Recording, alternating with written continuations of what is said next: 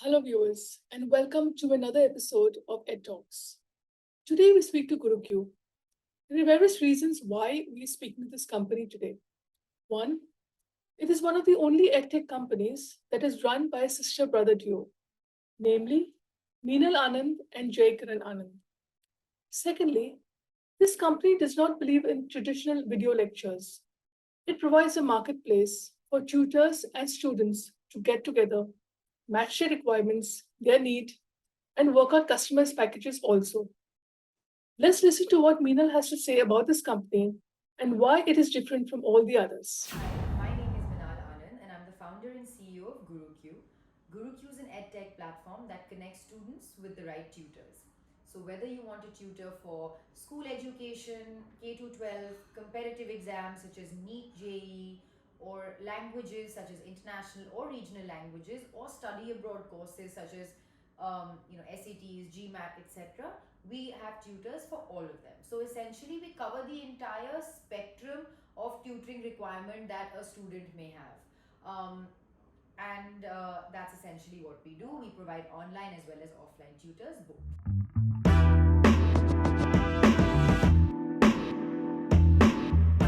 A digital disruption was expected, yes, due to technological advancements that have been happening globally. New technologies coming in the education sphere, of course, was going to create a digital disruption, but COVID definitely fueled it and escalated it, and I think ramped it up. What happened during COVID was that people were forced to accept the benefits of online education.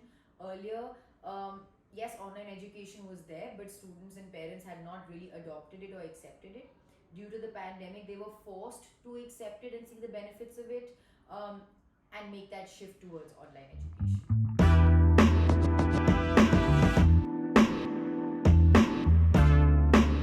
I think one stands out from the crowd, or the company stands out from the crowd in the competition, is by having very strong USPs. If a company has 50 to 60 USPs that separate you from the competition, that separate you, from the other players in the market, I think that is what is required to stand out from a crowd. Also, most importantly, what I also think that makes you stand out is if you're effectively solving a problem or need. When you're solving a problem or need and you have those USPs as to how you're going to solve those, or bring about convenience into a consumer's life, I think that's what makes you stand out from the crowd.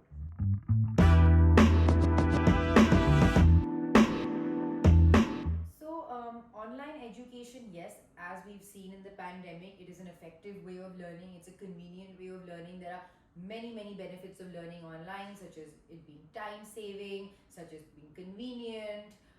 You have plethora of tutors and teachers available at your beck and call. Also, you have massive amount of edtech companies that are there, and you can learn the way you want to learn from various edtech platforms. However, um, India is a country where we focus more on traditional forms of learning. Parents and students prefer traditional forms of learning, which means offline learning. While online is here to stay, and students and parents did see the benefits of online learning, one has to understand consumer behavior and understand the behavior of students and parents, and that offline is not going to go anywhere. Online is going to remain as a supplementary complementary form of learning, but there is going to be a drastic shift towards offline post pandemic, which we are seeing now. And yes, even though online, yes, has been adopted, offline is going to be the name of the game in a country like India for years to come.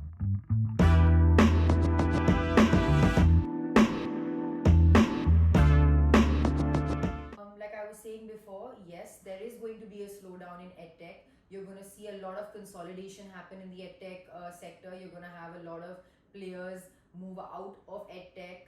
Um, and that is going to be the trend because, like I said, traditional offline modes of learning is what is in demand, which is always going to be in demand when it comes to students and parents. Everyone prefers having a teacher sitting in front of them physically rather than online. and that is consumer behavior, and it takes years and years to change consumer behavior and mentality. So I think offline is going to be at the forefront, and there is going to be a lot of change in the edtech segment.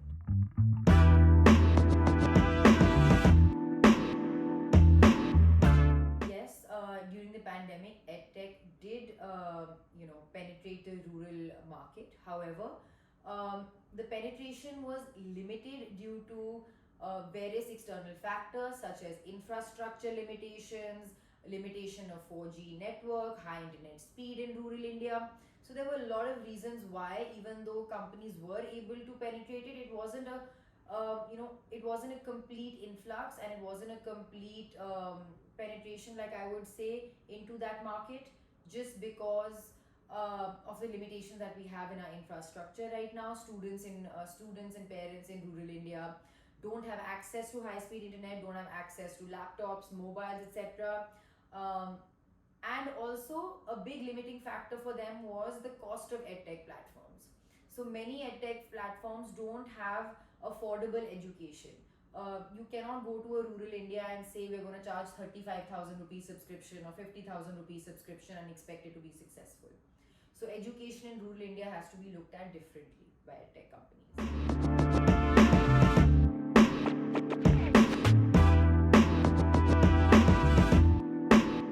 Due to the pandemic, we saw a huge influx of edtech players come into the market. This could have been due to companies getting a high valuation or them seeing a high profitability scope. There were various reasons why they came in. Of course, the demand for online education catapulted during COVID. Hence, it was a great reason for people to enter this space.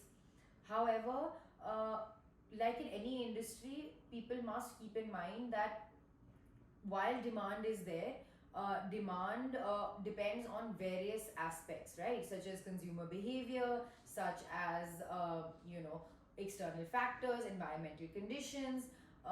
What is happening now is there is going to be a shakeout, because a lot of edtech players came into the market hoping to capitalize on the boom of the edtech industry, rather than creating a product that solved a need and a problem for students and parents. So all those players that just came in to capitalize on this boom, rather than creating a product that provided convenience or solved a problem or need, and that would actually help a student learn, or provide that education that is required, provide that learning that is required. If platforms didn't do that effectively, those are the platforms that you're going to see sort of die out and sort of move away from the edtech space, just because they couldn't have had maybe feasible models, or like I said, they weren't solving a problem or need. And if a student doesn't want your service or need your service, then chances are your company will not survive.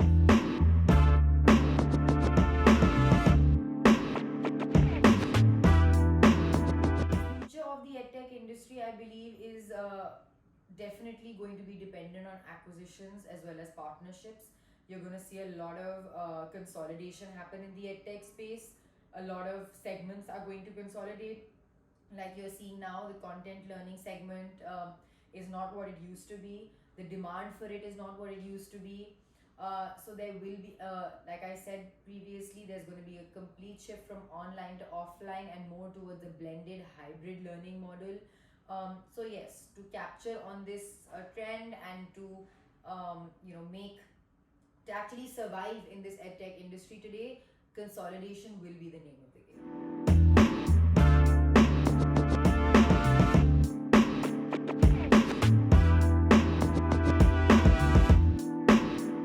For any company, any brand, I believe you require a very robust business plan that clearly states your USPs, states what differentiates you from the competition.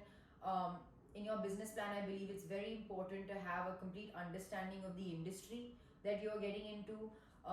Like I said, the USPs, what makes you different, what makes you stand out, what your product or service is going to look like, what your funding strategy is going to be, what your marketing strategy is going to be.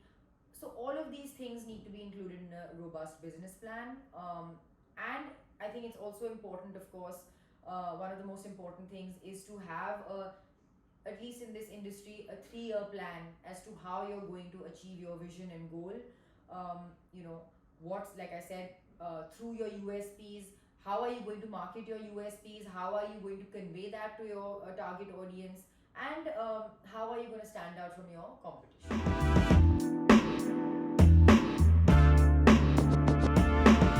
So at GuruQ, our teachers go through a rigorous certification process, which includes, a proficiency test, filling out all their details, all their qualifications, experiences, providing us documents to verify their qualifications, experiences. It includes a personal interview with a GuruQ team member. We also send tutors that we require, that require double checks for extra background checks by third parties. So each tutor actually goes through a very rigorous certification process, and only after that certification process are they onboarded onto the platform.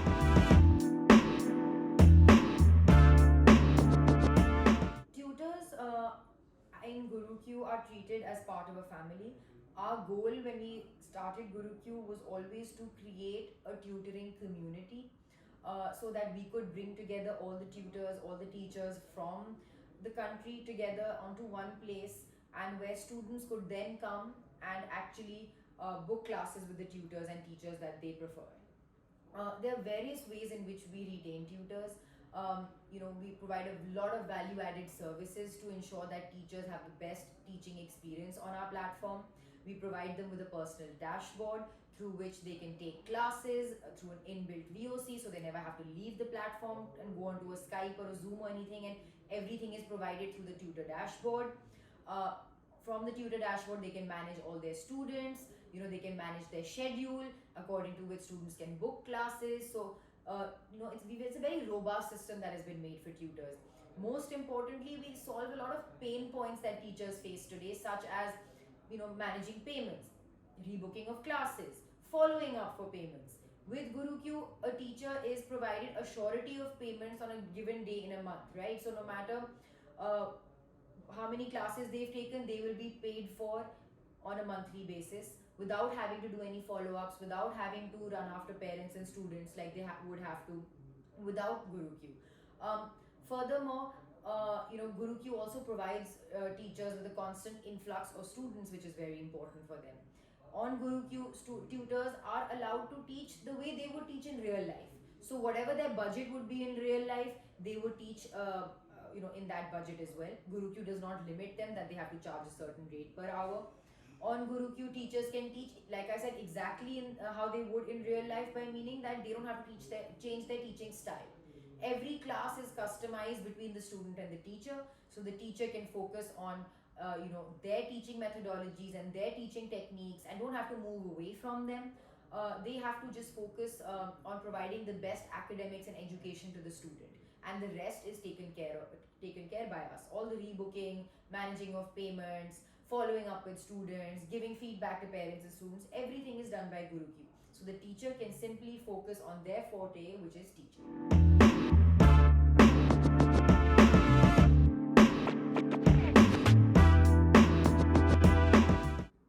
I don't think it's essential to be a teacher to start an edtech enterprise. Um, for example, you don't have to be a pilot to start an aviation business.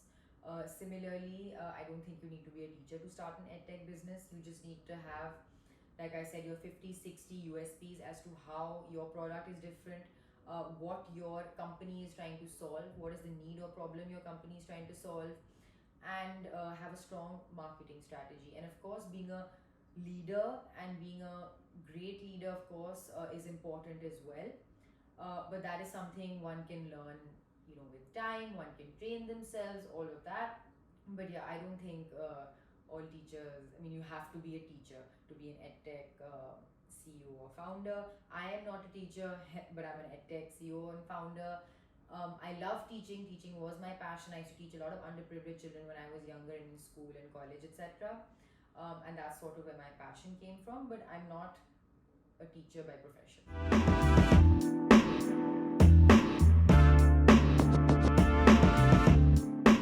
I think both offline and online have their own benefits. the kind of learning one gets in the offline mode of teaching, I believe, because I'm also sort of that old school mentality, which most of our parents are, is that you kind of have a different type of learning when someone is sitting in front of you and have that physical connect. So, unfortunately, there's nothing that can take away from that physical connect, in my opinion. However, there are plethora of benefits for online education as well. Um, Before an exam, if you have to revise concepts, or your tutor can't come to you because of certain reasons, or he's delayed, or he's late, or for some reason your class was missed. Various issues can happen for offline classes, right?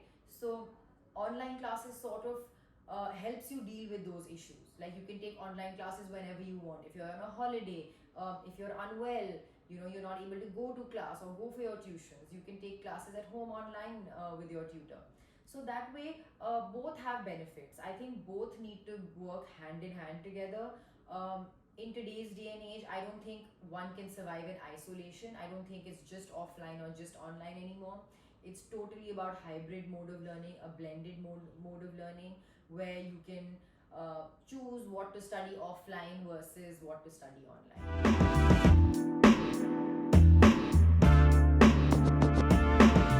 Yes, Edtech has made the noble art of teaching into an industry, but I think it's something it's a change that is very beneficial to students and parents. I remember when I used to study in school, we didn't have the option of Edtech companies, right? We didn't have the option of choosing teachers and tutors and having hundreds of teachers available at our fingertips and at our convenience. We were forced to choose whoever was available to us, whoever our friends and family recommended, or our peers recommended, or our seniors recommended, is what we went with. Whichever teacher was popular in your given colony or area is the teacher that you ended up learning from. You didn't have options to choose teachers from. If a teacher left you before an exam, one day before an exam, or didn't show up, you didn't have an option to find a replacement. So yeah, while it's changed it into industry, I think it's also brought so much into the edtech and education sphere, that has helped students and parents. If it wasn't for the edtech industry, students would have lost out on almost 2 to 3 years of education during the pandemic. So there's a lot of benefit that the edtech companies have brought into the industry. It's a lot of competition. I believe competition is good because that improves the standard of education in our country, which was much required. A lot of the new education policy, also a lot of advancements that have happened overall due to the edtech system booming during COVID. I think the only benefactors of this will probably be students, because now they have so many more options to learn from.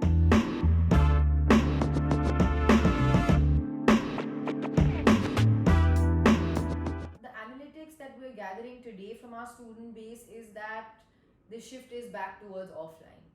We thought after the pandemic and all, it's online is here to stay and all of that, and yes, it is here to stay up to a certain level. But what we are noticing now is that the demand for offline tuitions and tutoring has again skyrocketed.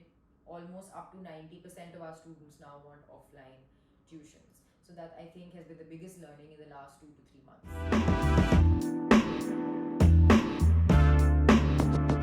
So, my background is I'm Delhi based. I grew up in Delhi. I studied in modern school Vasant Vihar, and then I went to Vasant Valley to finish my last 2 years of schooling. And then after that, I went to Boston University to do my undergrad, where I have a degree in finance from. And then I came back and started working in my family business, which is in the chemical industry. It was a 55-year-old company called HPL Additives. I started working from the ground up about 2 weeks after I graduated from college, and yeah, worked there. And then about 2017-18, this idea of organizing the tutoring sector sort of came to me, because I wanted to solve the need and a problem that most students face in our country today, which is finding the right teacher at the right time, and of course qualified, experienced teachers, not just any teacher. So yeah, that's sort of a little bit about me. My aspirations when it comes to GuruQ, of course, are to make it the number one edtech platform, not only in the country but globally. Our goal has always been, like I said, to solve a need and a problem, to ensure that students can connect with teachers, best quality teachers at their own convenience. Um, so my goal will of course be to make GuruQ the one-stop shop solution for all tutoring requirements for students and for parents. Um, and of course, to do this, we'll have to expand nationally, internationally, and take this company to new heights. And of course, to do this, we'll be adding a lot of new features and functionalities into the platform that will help us achieve our vision and goal. And yeah, that is what our aspiration and goal is, to make GuruQ the number one tutoring platform. So in my free time, I love to spend time with my friends and family, with my dogs. I'm a big dog lover. I love working out. I do yoga. I love traveling. So any chance I do get, or any free time I do get, this is how I spend it. I love food. So yeah, basically things that will rejuvenate you and help you come back to work, with a fresh mind. These are all the activities that I like to do.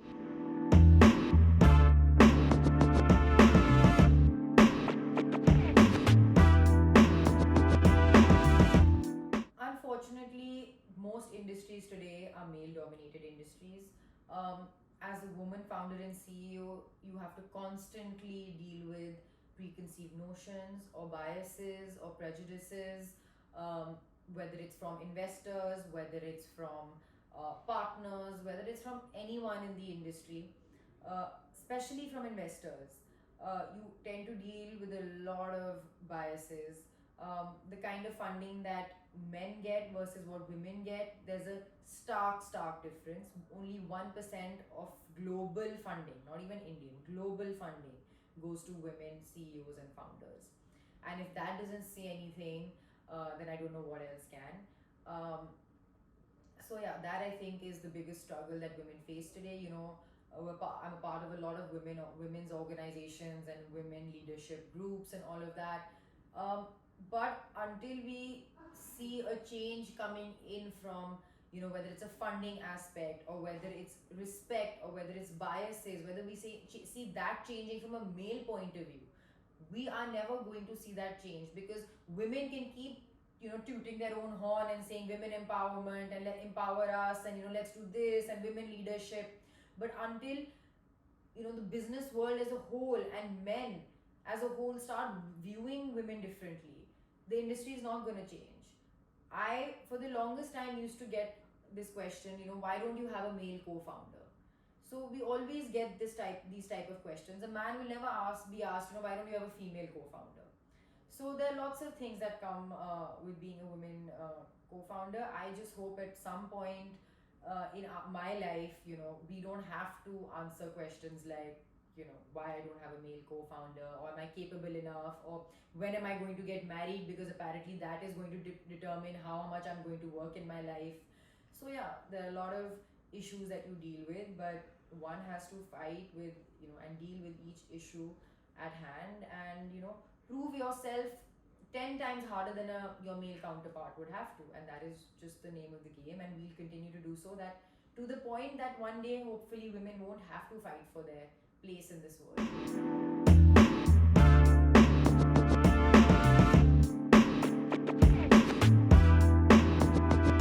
So I think this question is the epitome of how we live in a male dominated industry, because no man will ever be asked this question, that as a man, what did you bring to the company, you know, and teaching.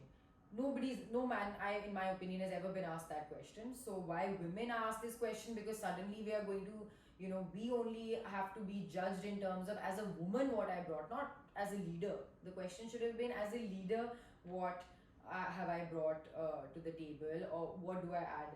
What makes me a different leader, or what makes me, a better leader? Any of that. But why do I have to be a woman to bring in certain characteristics? But if I do have to answer that, women in general are more detail oriented.